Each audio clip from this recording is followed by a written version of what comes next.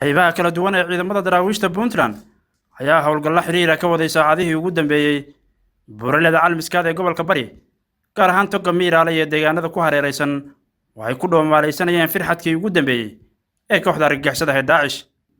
ciidamada difaaca Puntland ee howlgalka Hilaac ayaana kooxda narxanlaawayaasha ee Daacish kala wareegay talisyo iyo fariisino muhiim ah oo ay ku lahaayeen Toga Miiraale iyo hareerihiisa sidoo kalena ku dilay dagaaladan xiriirka ah ee ugu dambeeyay.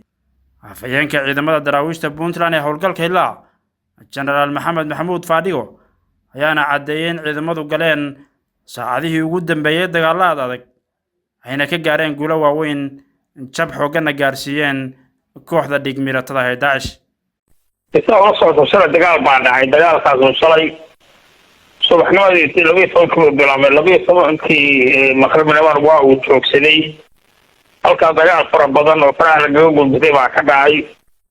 waxaana laga qabsaday nimankii saldhigyo badan baa laga qabsaday, eelkii baa laga qabsaday, dhibaato badan baa ku dhacday.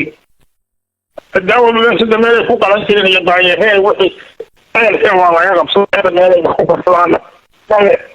boqolkiiba 85 waa laga qabtay dhulkii. sidoo kalena ciidamada daraawiishta Puntland ayaa xalay fashiliyay weerar fulinimo ah oo ay kooxdani ku doonaysay inay ku waxyeeleyso saldhigay lahaayeen ciidamada Puntland iyadoona uu xusay afayeen Faadhigo inay ahaayeen ismiidaamiyaal xogtooda la hayay. Yuusuf Maxamed Maxamuud, magaalada Garowe.